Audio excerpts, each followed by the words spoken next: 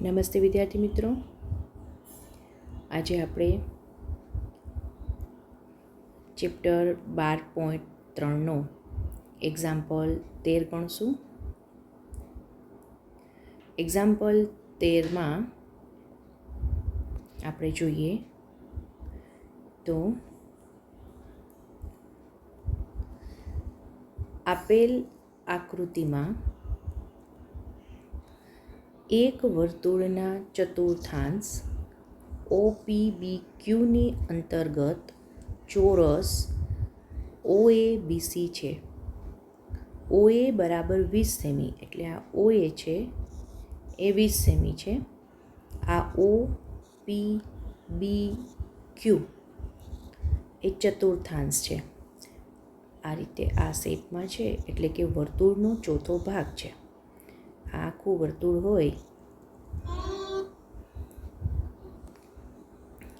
વર્તુળ હોય, એનો ચોથો ભાગ થશે. એટલે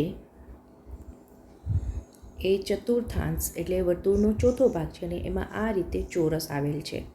આ ચોરસ, એ ચોરસની બાજુનું માપ છે 20 સેન્ટીમીટર છે. તો દર્શાવેલ રંગીન પ્રદેશનું ક્ષેત્રફળ શોધો. તો આપણે જે આ બ્લુ કલર વડે રંગીન ભાગ દર્શાવેલ છે એનું ક્ષેત્રફળ શોધવાનું છે. આ જે બ્લુ ભાગ દેખાય છે એનું ક્ષેત્રફળ તો આપણે શોધીએ. તો સૌથી પહેલાં તો આપણે એ જ નક્કી કરીએ છીએ કે આ રંગીન ભાગ છે આપણને કઈ રીતે મળશે. તો આપણે જોઈએ તો અહીંયા બે આકારો છે. એક તો આ ચતુર્થાંશ અને બીજું આ ચોરસ. જો હું ચતુર્થાંશમાંથી આ ચોરસ બહાર કાઢી લઉં તો આપણે જોઈ શકીએ છીએ કે આ બે બ્લુ કલરના ભાગ જ દેખાય છે, એક આ ભાગ ને એક આ ભાગ. તો આપણને જે રંગીન પ્રદેશ માંગ્યું છે કે રંગીન પ્રદેશનું ક્ષેત્રફળ શોધો એ મળી જશે. એટલે દરેક વખતે આપણને જે આકૃતિ આપેલ હોય એ આકૃતિમાંથી આપણે શોધી કાઢવાનું કે રંગીન ભાગ છે એ કઈ બે આકૃતિઓનું મિશ્રણ છે, અને આપણે એનો સરવાળો કરશું તો આપણને જવાબ મળશે કે બાદબાકી કરશું તો જવાબ મળશે. એ ઉપરાંત અહીંયા આપણને પાઈ બરાબર 3.14 લેવાનું કીધું છે, એટલે આપણે અહીંયા પાઈની કિંમત 3.14 લઈશું. જો પાઈની કિંમતનો ઉલ્લેખ કરેલો ન હોય તો પાઈ બરાબર 22/7 લઈશું.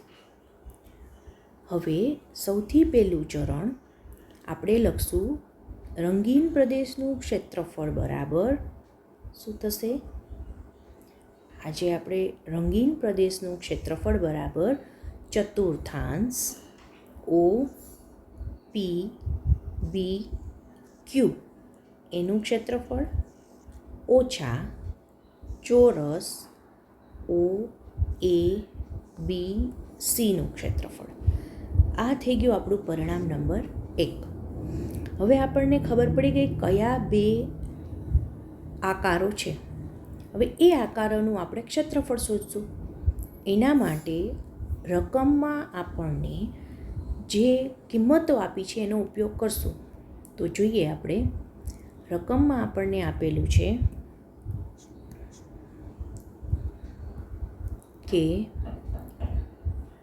OA બરાબર 20 સેમી, એટલે એક જ કિંમત આપેલી છે કે જે આ OA છે એનું માપ 20 સેમી છે.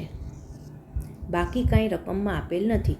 અને આ OABC છે ચોરસ છે, એટલે આ પણ 20 થશે, આ પણ 20 અને આ પણ 20. ચોરસ છે એટલે બધા ખૂણા પણ કેવા થશે? કાટખૂણા થશે. આટલું આપણને આપેલું છે. તો હવે આપણને ચોરસની બાજુનું માપ આપેલું છે, તો પહેલાં આપણે ચોરસનું ક્ષેત્રફળ શોધી લઈએ. તો આપણે લખશું કે ચોરસ OABCના ક્ષેત્રફળ માટે બાજુ OA બરાબર 20 સેમી.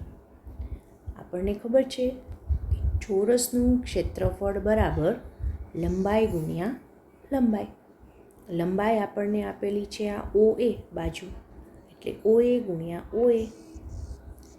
OAનું માપ છે 20, 20 ગુણ્યા 20, 2 દુ 4 એટલે કે 400 સેન્ટીમીટર સ્ક્વેર છે એ ચોરસનું ક્ષેત્રફળ આવ્યું. આને આપણે કહી દઈશું પરિણામ નંબર 2. હવે બીજો આકાર જોઈએ. તો બીજો આકાર છે આ ચતુર્થાંશ છે. ચતુર્થાંશ છે આપણે વાત કરી એમ કે આ વર્તુળ હોય, આ એનું કેન્દ્ર લ્યો O, આ એનો ચોથો ભાગ છે. તો O, P અને Q છે, વચ્ચે અહીંયા B આપેલ છે. તો આપણને આ OP થશે એ શું થાય? વર્તુળની ત્રિજ્યા. એ રીતે OQ થશે એ પણ વર્તુળની ત્રિજ્યા થશે. અને આ OB થશે એ પણ શું થશે? વર્તુળની ત્રિજ્યા. તો આ આકૃતિને આમ ગુમાવી લેવાની છે, એટલો જ ફેર છે. આમાં ને આમાં એટલો જ ફેર છે કે આ આકૃતિને આપણે આમ થોડી ઘુમાવશું એટલે આ પ્રમાણે બની જશે. હવે આ ત્રણેય વર્તુળની ત્રિજ્યા થઈ. આપણે જો વર્તુળનું ક્ષેત્રફળ શોધવું હોય, બરાબર, ચતુર્થાંશનું શોધવું છે, એટલે કે ચતુર્થાંશનું ક્ષેત્રફળ શોધવું હોય તો એ થશે વર્તુળનો ચોથો ભાગ. હવે વર્તુળનો ચોથો ભાગ થાય તો એના માટે થઈને આપણે R શોધવું પડે. તો R શોધવા માટે થઈને અહીંયા આપણે જોઈ શકીએ છીએ કે O થી P છે, અહીંયા મેં કહ્યું એમ O થી P છે એ R કહેવાય. O થી Qનું માપ છે એ R કહેવાય. તો એ R છે એ આપેલું નથી, આપણને ખાલી OA જ આપેલ છે. OP બરાબર કેટલા એ આપેલ નથી, OQ બરાબર પણ આપેલ નથી. અને મેં હમણાં સમજાવ્યું એ પ્રમાણે આ OB છે એ પણ વર્તુળની ત્રિજ્યા થશે, એ પણ આપેલ નથી. તો આપણે ચતુર્થાંશનું ક્ષેત્રફળ શોધવા માટે OB એ શોધવું પડશે. તો OB શોધવા માટે થઈને આપણે અહીંયા મેં ફરીથી આકૃતિ દોરી છે. OA બાજુ, AB બાજુ આ 20 છે, આ 20 છે, આપેલ નથી. અને પાય બરાબર 3.14 છે, એ આપણે અગાઉ ડિસ્કસ કરી રહ્યા છીએ. તો વર્તુળની ત્રિજ્યા OP બરાબર કેટલા એ પણ થઈ ગયું. તો OP કયો, OB કયો કે OQ કયો, બધા સરખું થશે. તો આપણે આ કાટકોણ ત્રિકોણ છે એટલે કર્ણનો વર્ગ છે એ બાકીના બે બાજુના વર્ગોના સરવાળા જેટલો હોય છે, બરાબર.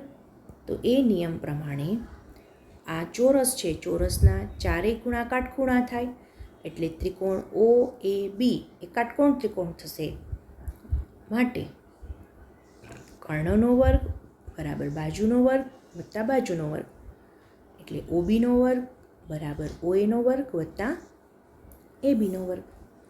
હવે OA બરાબર 20, AB બરાબર પણ 20 એટલે 20નો વર્ગ 400, 20નો વર્ગ 400, 400 ને 400 800.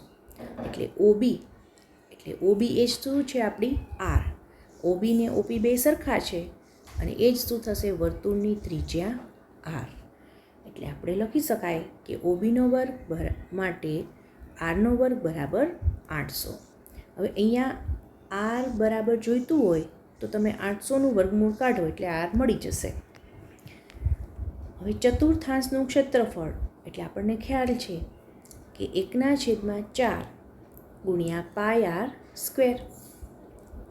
1/4 ગુણ્યા પાય એટલે આપણે હમણાં જ વાત કરી હતી કે અહીંયા આપણને કીધું છે કે 3.14 લેવા.